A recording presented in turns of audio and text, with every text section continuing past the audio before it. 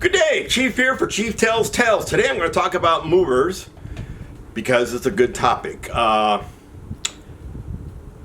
It's a shame that at the beginning of your career you're not told you should annotate everything you purchase, the price that you purchased, the day you purchased it on, the store you purchased it at, because once in a while you got to make these claims.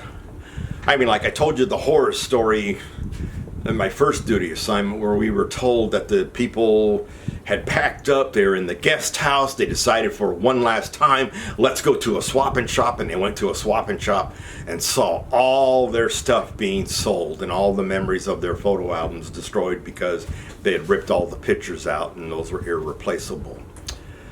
Out of all the times that I moved while I was enlisted, we only had one claim, and that was moving from Fort Riley, Kansas to Hawaii. We had a broken bowl, and I think I had some other item that was broken. But there's a horror story that I can tell from Hawaii. One of the soldiers that I was in charge of, who was gone when I first got there, because he was going to a school, came back, and he told me his horror story. Basically, he had moved from stateside to Hawaii, and they'd packed everything in crates that day except for one couch. They didn't have room to shove this one couch. And they said, "Dad, don't worry about it. We'll take it to our place.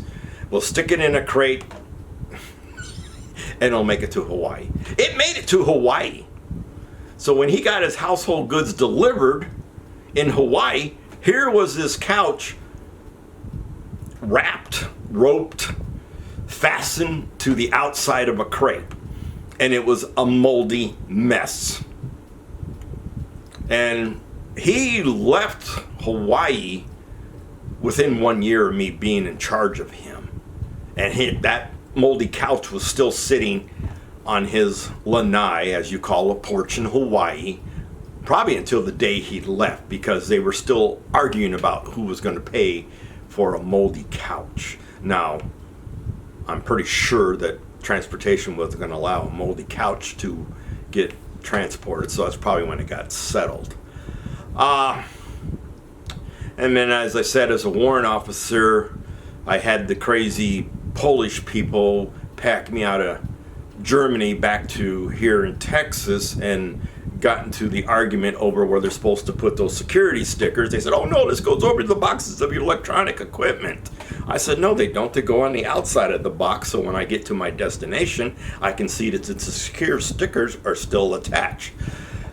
Meaning that they didn't rip off the door. But remember, a box has how many sides besides two? Inside and an outside? It's actually got 6. I'm just poking a little bit of fun there. Who's to say they can't rip off the back, they can't rip off the top, they can't rip off the bottom? Of course, if they'd ripped off the bottom, it means they have to turn it upside down and everything. Never mind. But still, I mean, it's not like that secure sticker, yeah, it hits the top and the bottom, so maybe they can take the back off, because they don't do the sides either.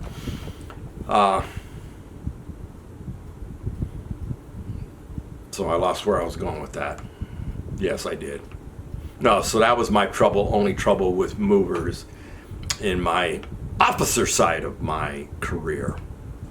Now, yes, anything that gets broken, anything that gets lost, we can get money back. But like I said at the beginning of this video, it's like you got to remember what year you bought it, where you bought it, how much you paid for it. But nobody tells you to keep track of everything. So they should probably give you a book, especially if you're married and got lots of stuff.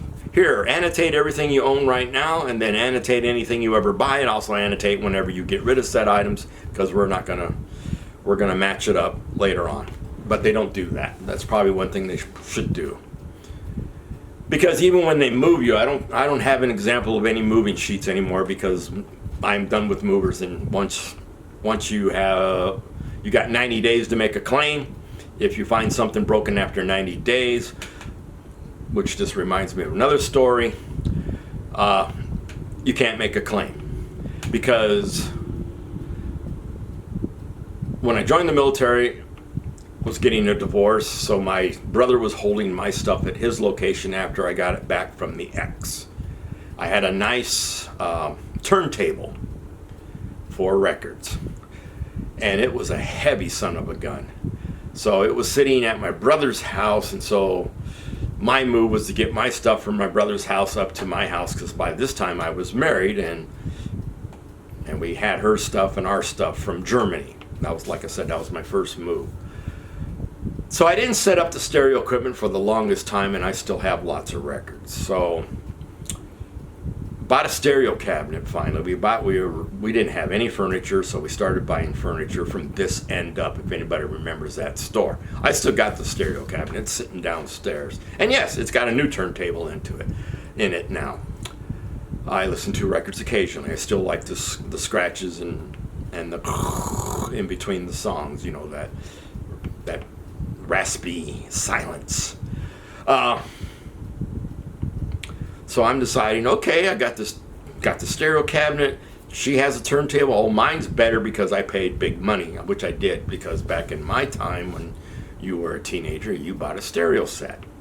And you spent a lot of money on speakers, the woofer, the turntable, the receiver, which we got to do now because I just had to buy a receiver in order to play my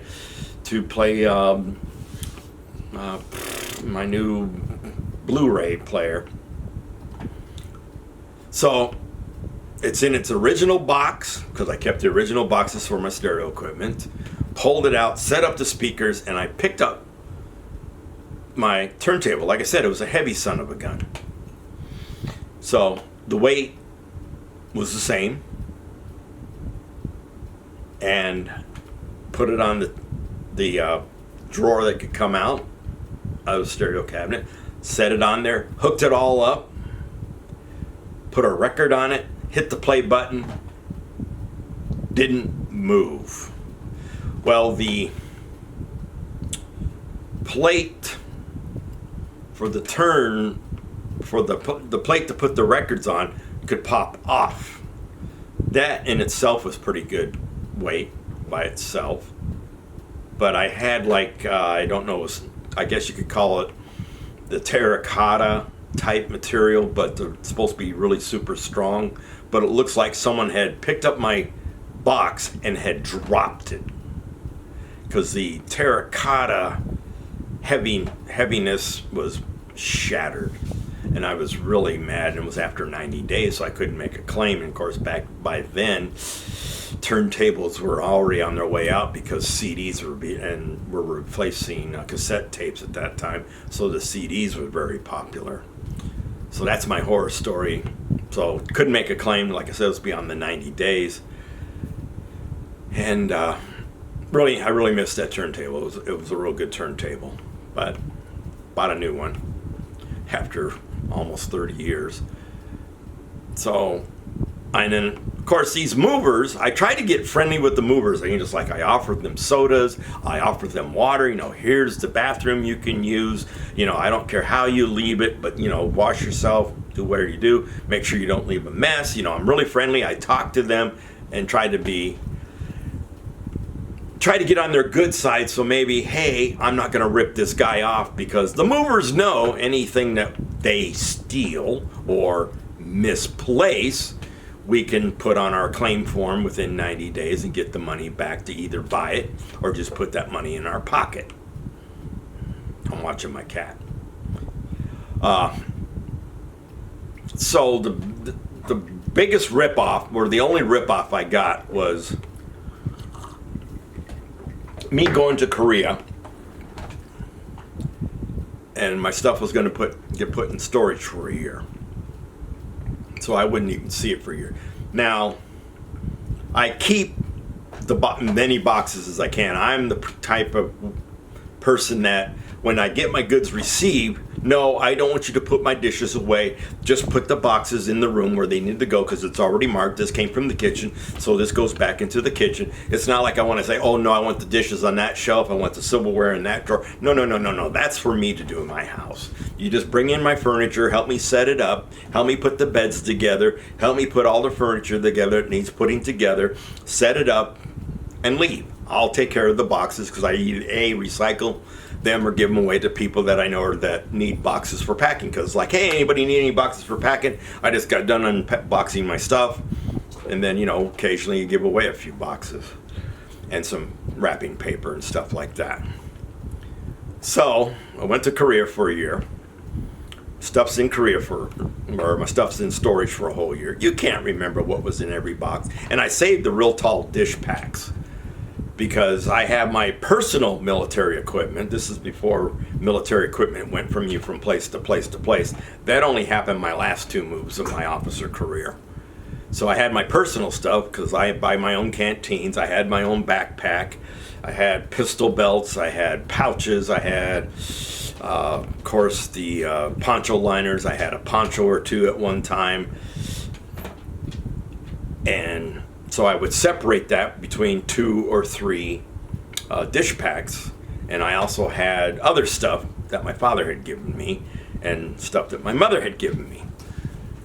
So go to Korea. Stuff's in storage for a year. I come here down to Texas, and these guys I got real friendly with because one guy I noticed was not trying to break the tape with his teeth. He was using a knife. Yeah, he was using a knife. And I said, strange, you're the only person I've seen that's done that.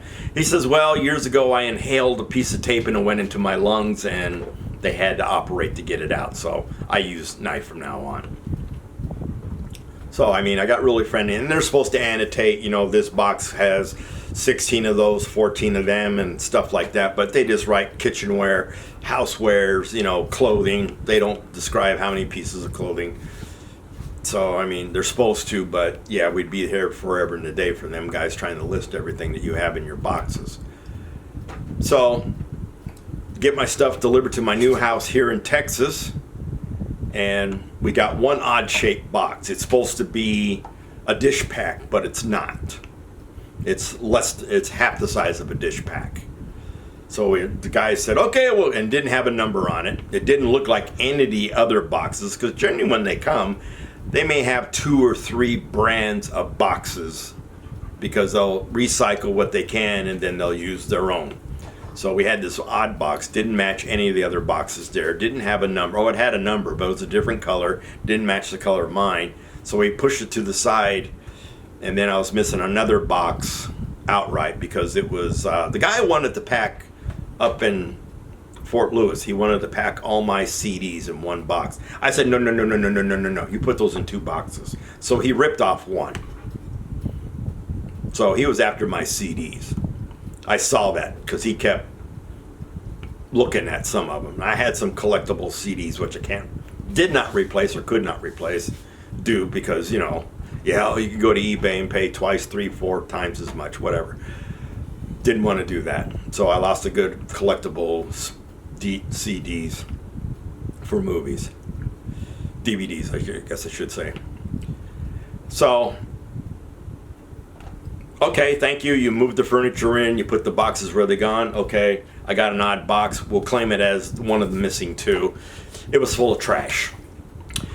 And it was a box, like I said, you can't remember. It had some of my military equipment in it. It had some of the stuff that my dad gave me.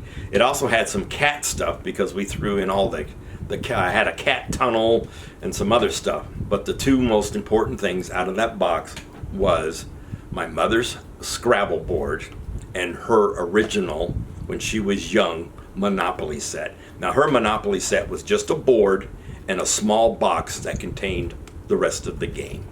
I can't replace that. That's my mom's. Wooden hotels, wooden houses. And then the Scrabble set was a board with a Lazy Susan with some cork to hold the board tight, and then you had 4 pockets because it was circular. So you had these 4 pockets that could hold all the tiles. I'm mad. I want my mom's Scrabble set back. I want my mom's Monopoly set. So if someone sees this up in the Fort Lewis area, and you know a mover that moved me clear back in 2000 or 2001, I want my stuff back. I can't replace my mom's stuff. So, be careful with movers. Take films. Get to know these guys. Be friendly with them. That's all I can say. As you know, freedom's not free. Chief out.